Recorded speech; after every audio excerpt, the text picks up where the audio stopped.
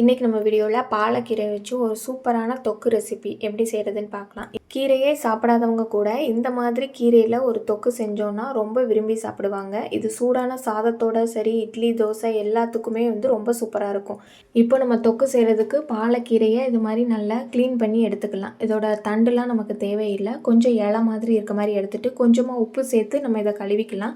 கீரையில் நிறைய பூச்சி இருந்தால் கூட உப்பு சேர்த்து கழுவும் போது நமக்கு நல்லா க்ளீன் ஆயிரும். இப்போ இது நல்ல பெரிய இலையாக இருக்கிறதுனால ஒரு 3-4 இலையை ஒன்றா சேர்த்து மடக்கி வச்சு இதை மாதிரி கட் பண்ணி எடுத்துக்கலாம். எந்த அளவு சின்னதாக முடியுதோ அதளவு நம்ம சிறிதாக கட் பண்ணி எடுத்துக்கலாம். அப்போ தான் தொக்குக்கு நல்லாயிருக்கும்.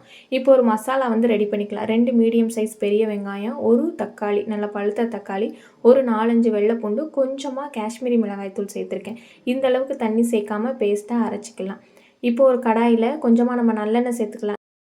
நல்லெண்ணெயில் இது மாதிரி தொக்குலாம் செய்கிறப்போ அதை வச்சு சாப்பிட்றதுக்கும் சரி, உடனே சாப்பிட்றதுக்குமே ரொம்ப சூப்பராக இருக்கும். இப்போ எண்ணெய் காஞ்சதும் கொஞ்சமாக கடுகு சேர்த்துக்கலாம். கடுகு நல்லா பொரிஞ்சதுக்கப்புறமா ஒரு 4-5 வெள்ளைப்பூண்டும் நம்ம இதில் சேர்த்துக்கலாம். தொக்கோட அந்த பூண்டு நல்லா சாப்பிட்றதுக்கு நல்லாயிருக்கும். ஏற்கனவே நம்ம அரைக்கும் போது கொஞ்சம் பூண்டு சேர்த்துருக்கோம். இதில் ஒரு 10-15 சின்ன பூண்டு நம்ம சேர்த்துக்கலாம். இப்போ இது எல்லாத்தையும் கொஞ்சம் நல்லா கலந்து எடுத்துக்கலாம். நல்ல மிதமான தீயிலேயே கொஞ்சம் வெள்ளைப்பூண்டு சுருங்குற அளவுக்கு நம்ம வதக்கினா போதும். ரொம்ப ஹை ஃப்ளேமில் வச்சு நம்ம வதக்கும் போது பூண்டு கலர் மாதிரி டேஸ்ட்டுமே நமக்கு மாற்றிடும். ரொம்ப மிதமான தீயில் வச்சு தான் நம்ம அந்த பூண்டை கலந்து விடணும். இப்போ நம்ம அரைச்சி எடுத்து அந்த தக்காளி, வெங்காயம் அந்த பேஸ்ட்டையும் நம்ம சேர்த்து அதோட பச்சை வாசனை போகிற வரைக்கும் நம்ம நல்லா கலந்துக்கலாம்.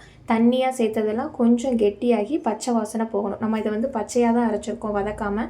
அதனால் பச்சை வாசனை போகிற வரைக்கும் வதக்கினா தான் அந்த தொக்கு சாப்பிட்றதுக்கும் நமக்கு ரொம்ப நல்லாயிருக்கும். நான் எடுத்த கீரையோட அளவை பொறுத்து வெங்காயம், தக்காளி எடுத்திருக்கேன். நீங்கள் ஒரு கட்டு பாலக்கீரை எடுத்திங்கன்னா அதுக்கு தகுந்த மாதிரி பெரிய வெங்காயமும் தக்காளியும் எடுத்துக்கோங்க. நான் ஒரு 10-15 இலை அளவு இருக்கிற மாதிரி தான் கீரை எடுத்திருக்கேன். அதனால் தொக்குக்கு தேவையான அளவுக்கு தான் வெங்காயம், தக்காளி சேர்த்துருக்கேன். இப்போ இந்த அளவுக்கு நல்ல எண்ணெய் பிரியணும். எண்ணெய் பிரிஞ்சு நம்ம சேர்த்தது அந்த எல்லாமே கொஞ்சம் கெட்டியாகிற வரைக்கும் நம்ம இதை நல்லா வேக வச்சு எடுத்துக்கணும்.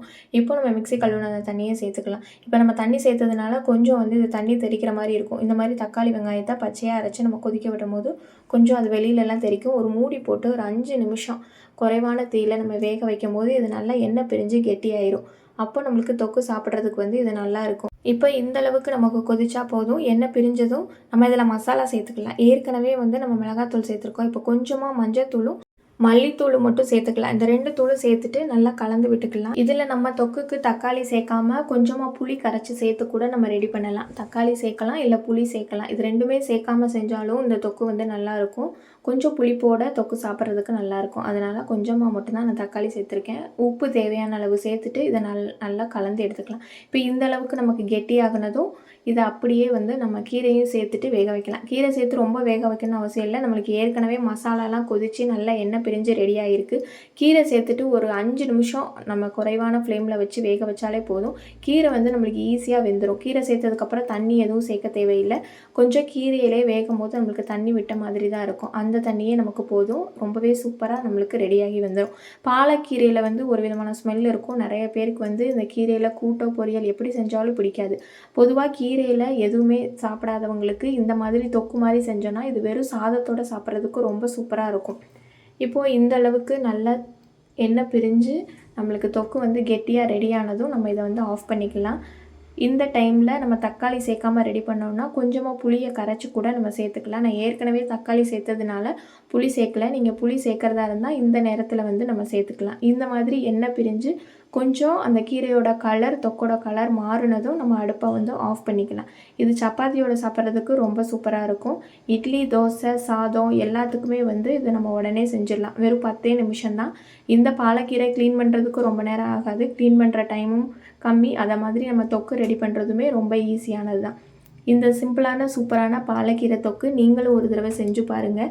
இது போல் நிறைய சிம்பிளான வீடியோ பார்க்குறதுக்கு நம்ம சேனலை சப்ஸ்கிரைப் பண்ணிக்கோங்க. இப்போது சாதத்தில் நான் அந்த தொக்கு போட்டு காமிக்கிறேன். ஒரே ஒரு ஸ்பூன் இருந்தால் போதும், நம்மளுக்கு ஒரு தட்டு சோறு காலியாயிரும். அவ்வளோ சூப்பராக இருக்கும். வீடியோ பிடிச்சிருந்தா மறக்காமல் நம்ம சேனலை சப்ஸ்கிரைப் பண்ணிக்கோங்க. ஒரு லைக் கொடுங்க.